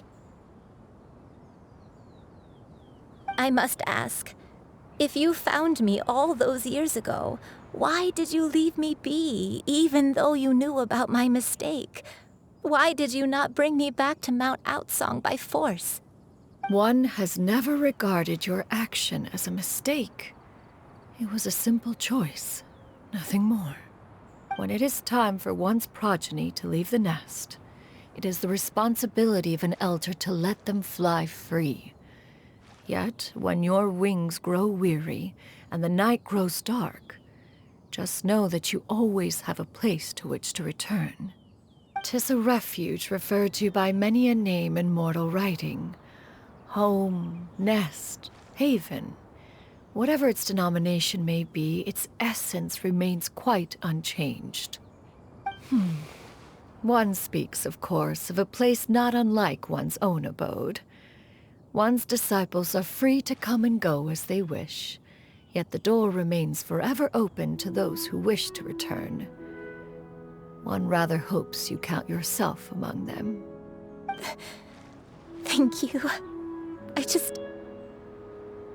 Thank you so much. You and I. One expects you too have sensed the rapid deterioration of your condition as of late. Have you not? 40 years ago, you chose a path without a future. Though one used one's own blood to provide you with a few decades of extra time, it merely delayed the inevitable. One may have extended the path, yet one was unable to alter its final destination. Even the power of an Adeptus has its limits. Had your condition continued to deteriorate, you would have forgotten your life as a human entirely. In the end, you would have turned into a creature lacking in the ability to even comprehend its own monstrousness.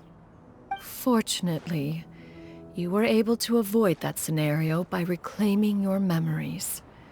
Though one sped the process along by providing some guidance, the result is entirely a reflection of your own effort. So, what's gonna happen to Granny? One will help her reclaim her original form as a wild crane. If it be fated, she may recover her sentience one day. She's gotta go back to being a regular crane, huh? Master, you've already done more than enough for me. I don't know how I could possibly repay your kindness. This is a better result than I could have ever hoped for. How much time do I have left? Not long. The transformation is imminent. Granny? Please don't leave, okay? You're all I have left. Please! Don't be sad, dear child. Granny has led a wonderful life. My only regret is having to leave you behind. Don't forget to eat well, okay? A growing young lady like yourself needs lots of good food to grow big and strong. Promise Granny you'll take good care of yourself when I'm gone. I promise, Granny. I'll do whatever you say. Good girl, good girl. Don't worry. It's not goodbye forever. Granny's gonna become the most formidable crane in all of Mount Outsung. Granny will train day and night. I won't stop until I can turn into a human without having to rely on anything but my own power. When that day comes, we'll be able to live together again. You and I. How's that sound? Good. That's a good girl. Even though we won't see each other for a little while, as long as we both work hard, we're sure to meet again someday. I'll eat well, Granny. I promise. And I'll wait for you, no matter how long it takes. I'll wait for you to come back. That's a good girl. Then Granny really has no more regrets. I'm so sorry, Master. Thank you for everything.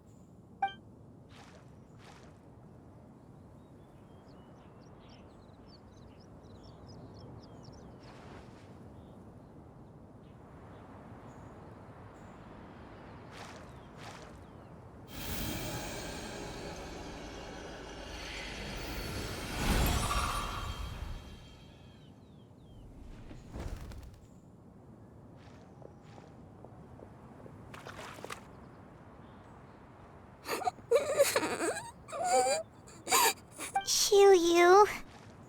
Let her be. At her age, crying is a natural, if not fitting, response to such an event. Tears are a necessary part of maturation. Sometimes there is scarcely a better vehicle to wash away the toll of stress and misery. Now that the issue has been resolved, you should also take a moment to relax. Give yourself some time to rest. Take a nap if you must. One will wake you in due time.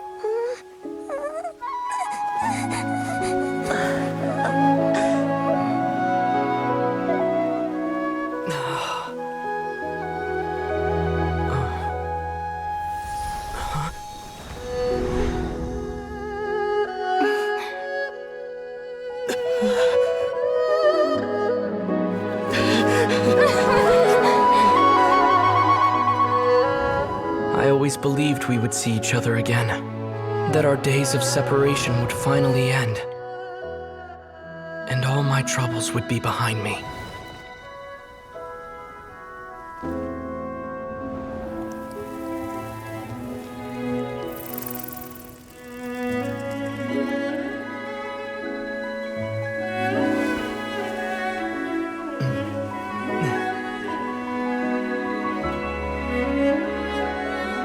If only things could stay this way forever.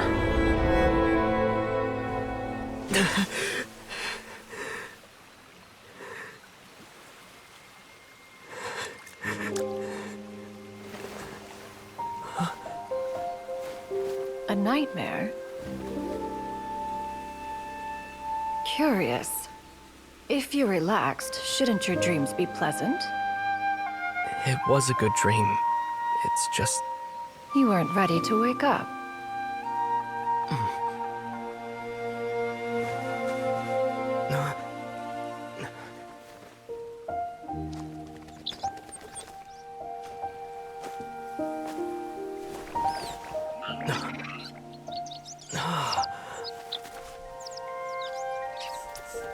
Eloquent as one may be, words of comfort are not one's strong suit. You are doing all you can. One can see your strength of will, your fearlessness in the face of danger.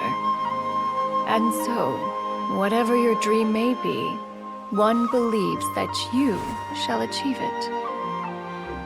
Of course, whenever the perils you face overwhelm you, or you become weary, one is always here for you. After all, as an elder, it is only right to look out for the young ones.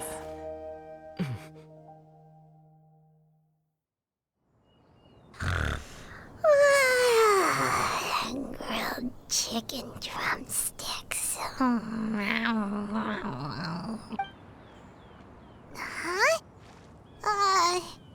Was Paimon sleeping just now?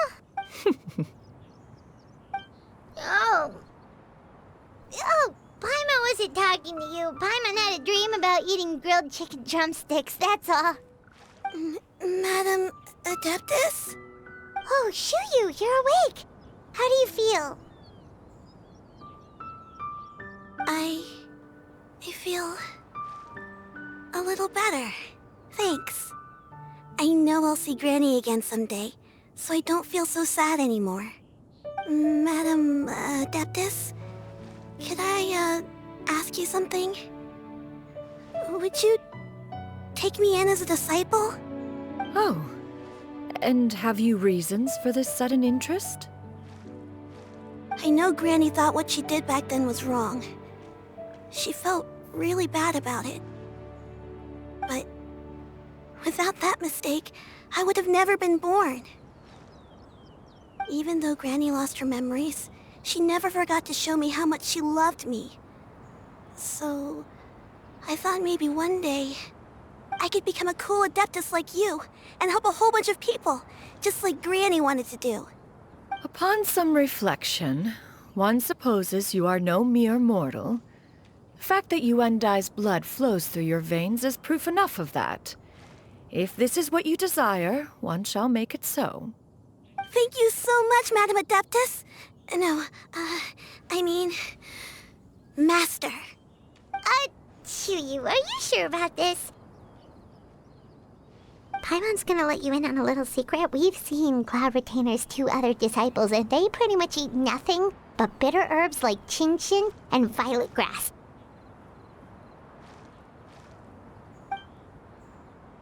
If you join them, you'll never enjoy Wanmin Restaurant's delicious cooking ever again. How utterly preposterous. One has never enforced such a rule. Every individual must find their own path to enlightenment. So long as one retains a pureness of spirit, one's dietary proclivities are quite irrelevant. Well, you say that, but Paimon's not seeing any tasty treats up here now, is she? Although Mount Outsong is rich in natural beauty, its location does preclude access to certain finer mortal comforts. That is precisely why one plans to relocate to Liyue Harbor. Shu Yu shall have the honor of becoming one's first disciple in the human world. Whoa! You're leaving Mount Outsang? One has never concerned oneself with the location of one's residence. From the very beginning, one has sought only solace and peace. Yet in the end, all of one's disciples ended up in Liyue Harbor. Ganyu, Shenhe, Yuandai, they all chose a life among the mortal world. One has reflected on this fact for many years now. One can only assume that it is due to some failing on one's part as an elder or master. A failing, perhaps, of recognizing what it was they truly wanted. One is most curious as to what aspect of Liyue Harbor could have enticed them to remain there. One could hardly offer an opinion on the matter, but perhaps some time in the harbor will prove instructive. Why are you all so silent? Paimon is, just a bit shocked, that's all. So, does this mean we can grab a meal together in Liyue Harbor sometime? One has precious little time to squander. However, if one finds oneself otherwise unoccupied, one would not be opposed to the idea. One will be assuming the identity of a human while residing in Liyue Harbor. You should take care to avoid disclosing one's true identity. Don't worry, we'll help you keep it a secret. So, when can we expect to start seeing you in the city? Perhaps in 2 days' time. One has some matters to see to before one's departure. Preparation is the key to success, after all. One plans to put up various items from one's collection for sale. The earnings should provide for a comfortable living in Liyue Harbor. One has already picked out a handsome property near Chuhu Rock. 'Tis no small purchase, but what is mortal life if not one expense after another? Seems like you've really thought of everything. Then how about we meet up in Liyue Harbor in 2 days? A sensible plan. See you then. Oh, also, why don't you take this suspense somnia mechanism as a souvenir? Anytime you should feel ill at ease in the future, you may try quieting your mind and sitting in meditation as you listen to its melodies. It might help you find a new perspective. Awesome! Thanks, Cloud Retainer! Hey, didn't we promise Xingqiu that we'd tell him what we found out? Should we make a trip to the Feiyun Commerce Guild? It's totally up to you. So, about your move to Liyue Harbor, you gonna tell the other Adepti about it? I have left an explanatory note in my abode. Those 2 old fossils will discover it, I am sure, should they come seeking my company. Considering their recent penchant for going off on private escapades, however, I find myself caring little for how they shall receive this news. By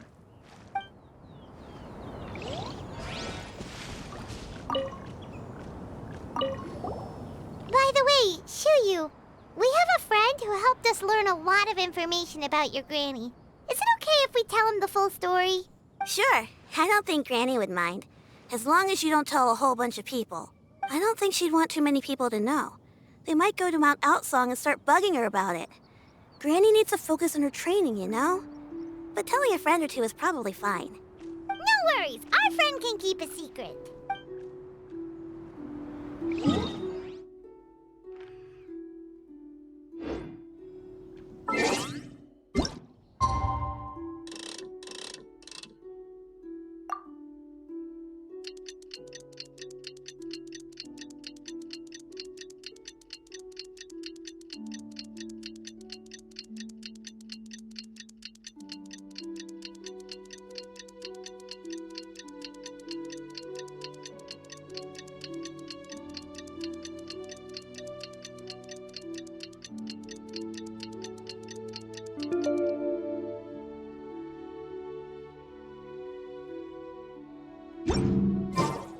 Seems like I should have just stayed in bed today.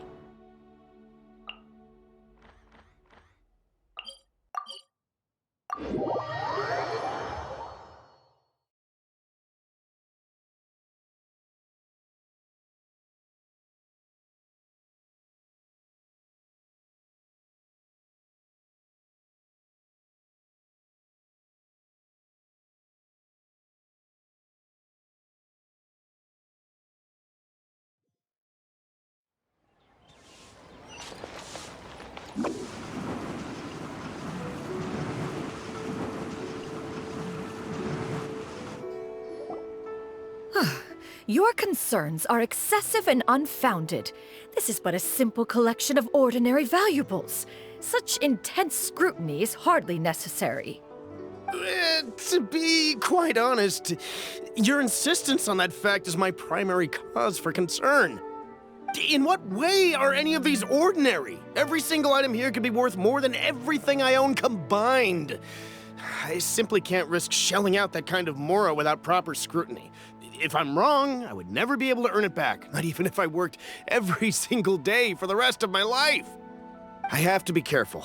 Yes, you can never be too careful. We're here, Cloud. Miss Xianyun, what are you guys arguing about? Ah, perfect timing. This ignoramus is questioning the authenticity of my wares. I'll have you know, these items have remained untouched in my personal collection for several hundred years. To question their legitimacy is pure folly. Several hundred years? Indeed. They're family heirlooms, you see, passed down over many generations, as families are wont to do. Yep, they've definitely been around a while. We can vouch for her on that one. Hear that? Had I not found myself in need of mora, I would scarcely have had the heart to part with them. Indeed, you should consider it an honor to even have the opportunity to behold them with your own eyes. Doubt their authenticity any further, and I may just decide to take them to another buyer. Whoa, please don't go! I apologize for any insult, miss. You see, I know full well that I lack the knowledge to judge the true worth of these items. If you could wait but a moment, I've hired an expert to appraise them for me. He should be here shortly. An expert, you say? Very well. I will wait for a little while longer, then. Traveler, Paimon, this is my new residence. If you have cause to seek my company in the future, this is where you can find me. Master! Oh, it's you two again. Hello. Xianyun! You got a new outfit! It looks great on you. Mm-hmm. Master made it for me. I like it too. Huh? You know how to make clothes? Do I know how to make clothes?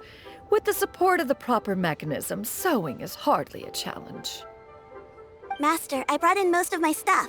There's a few boxes left, but they're kind of heavy, so I just left them outside. Fret not. I shall help you move them into your room. Actually, I should probably sort through my stuff a bit first. Everything's kind of messy right now, so maybe you could, not look yet, Master? Yeah, that'd be great. It appears my young apprentice has her own fair share of secrets. No matter. Do what you must, child. Now, this expert you mentioned, when can we expect their arrival? Soon. Ah, there he is! Here, allow me to make some introductions. This is Mr. Zhongli, a well-respected consultant at Wangshang Funeral Parlor and an expert in all manner of valuables and antiques. Mr. Zhongli, this is Miss Xianyun. She's the one who's looking to sell the collection of valuables I mentioned earlier. Huh. Ah, if it isn't Miss Xianyun. It has been quite some time since our last meeting. What a serendipitous reunion. Indeed, most serendipitous. Have you been faring well as of late, Mr. Zhongli? Quite well, thank you. I was fortunate enough over the past few days to enjoy both a stroll in the mountains and a fresh brew of tea from the most recent harvest. The experiences left me with such insight and peace. Huh. So you two are already acquainted? Indeed. How fortunate we are that fate has brought us together again.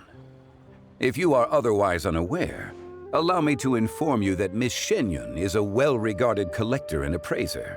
She is well-versed in all fields, and oft-celebrated for her impeccable taste. You stand to gain much from this opportunity. You are too kind, Mr. Zhongli. True collectors pride themselves on their wealth of knowledge and eye for detail. I can say without a doubt that you are foremost in that regard. Why, you flatter me, Miss Xianyun. It would seem that you are as self-effacing as ever. Not at all, Mr. Zhongli. Not at all. While I am loath to butt into this conversation, I must ask, you two already knew each other, and you seem to have quite a cordial relationship. Can I be certain that you're not working together to swindle me? I mean, you never know. Huh! A preposterous accusation. The heavens themselves would collapse before we would conspire to do such a thing. Miss Xianyun speaks the truth. Contracts are built on honesty and trust. If that proves to be beyond your capabilities in this instance, this transaction may be taken elsewhere. Say no more. Let us depart. I jest. What fool would still harbor doubts after Mr. Zhongli himself has vouched for the goods? Miss Xianyun, wait!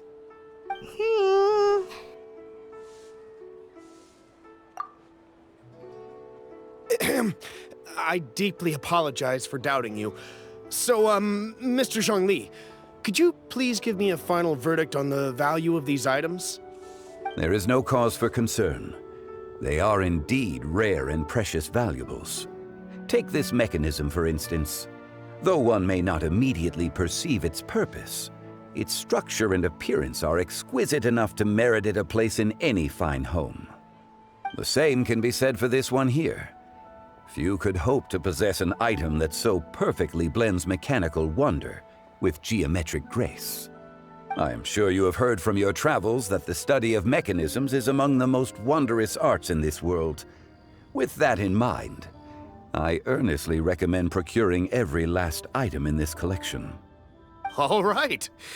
Since I hired you as my consultant, Mr. Zhongli, I shall, of course, trust your good opinion.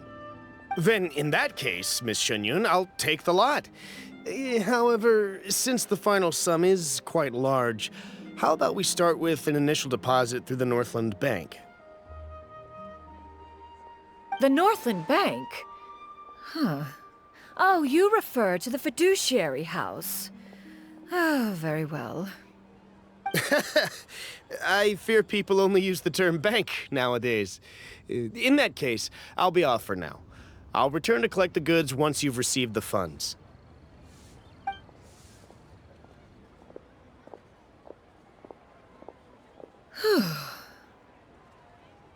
Xiangli! My friends, have you been doing well? We've been great! How about you? Paimon didn't know you were such a busy consultant! My days have been quite pleasant as well. I had been quietly enjoying a cup of tea when Mr. Xiaozu requested my services. As for you, Miss Xianyun, I presume you must be looking to settle in the city? I must say, the name Xianyun sounds exceedingly strange coming from you. Perhaps you could dispense of that particular epithet in further conversation. Whatever for. Am I not addressing you as a friend should? Well, that is true, but... Alas, refer to me however you will. After all, a name exists such that others may address you with it. One is hardly ignorant of that fact. It would seem that you have gained many valuable insights over the years, Cloud Retainer. One has indeed. One's previous days were all brief. Now that one has made up one's mind to move and settle, one has gained a much better appreciation of the hubbub and commotion of the city, as well as the people's hard work and ardor. This city is much changed from how it was more than 1,000 years ago. Not unlike the ocean tides, so too shall the movement of people ebb and flow. From turmoil to peace, enlightenment to aspiration. Human society possesses limitless potential. In another 1,000 years, the scene we witness here may change in ways that are impossible for either of us to imagine. Alright, that's enough reflection for one day. No need to get all sentimental on us. You make a valid point, Paimon. Now that the sale has concluded, what say one plays the host as we try some specialty dishes together? One must profess great interest in trying bamboo shoot soup. Perhaps you have forgotten, Cloud Retainer, but I once tried my hand at that dish. You were at the table on that occasion, so logic dictates that you should have already tried it. Oh? What occasion was this? It was a reunion between friends several centuries ago. Alas, you must have been too preoccupied to secure yourself a portion. Or perhaps our other companions simply availed themselves of faster reflexes on that occasion. Huh! Hardly. 'Twas most certainly out of consideration for the others in attendance. In but a moment, one will show you what it means to have a true deftness of hand. It is settled then. Bamboo shoot soup, mora meat, crab roe tofu, triple-layered consommé. We shall enjoy the lot. One has already passed word to Xianyun and Ganyu to make a reservation. It is prime time for them to meet one's newest disciple. Is that agreeable to everyone? It should be a most splendid occasion. Xianyun, come now, it is time to dine. Ah, this gentleman over here is Mr. Zhongli. He is, A humble employee of Wangsheng Funeral Parlor. Pleased to make your acquaintance. Nice to meet you too, Mr. Zhongli. That should be everyone, right? Let's go!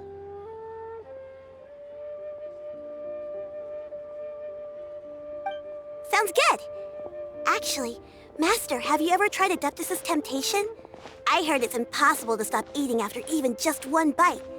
You know, 'cause it's super tempting and stuff. Is that true? That sounds rather implausible. Although with the right preparation, certain dishes can be too delicious to resist. Huh? Why are you all walking so fast? Hey, wait for Paimon! Hey, wait up!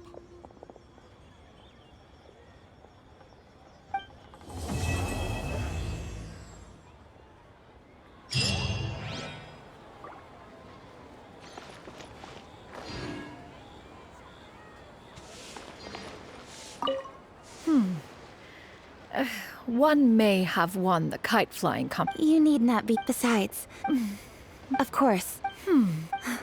Understood.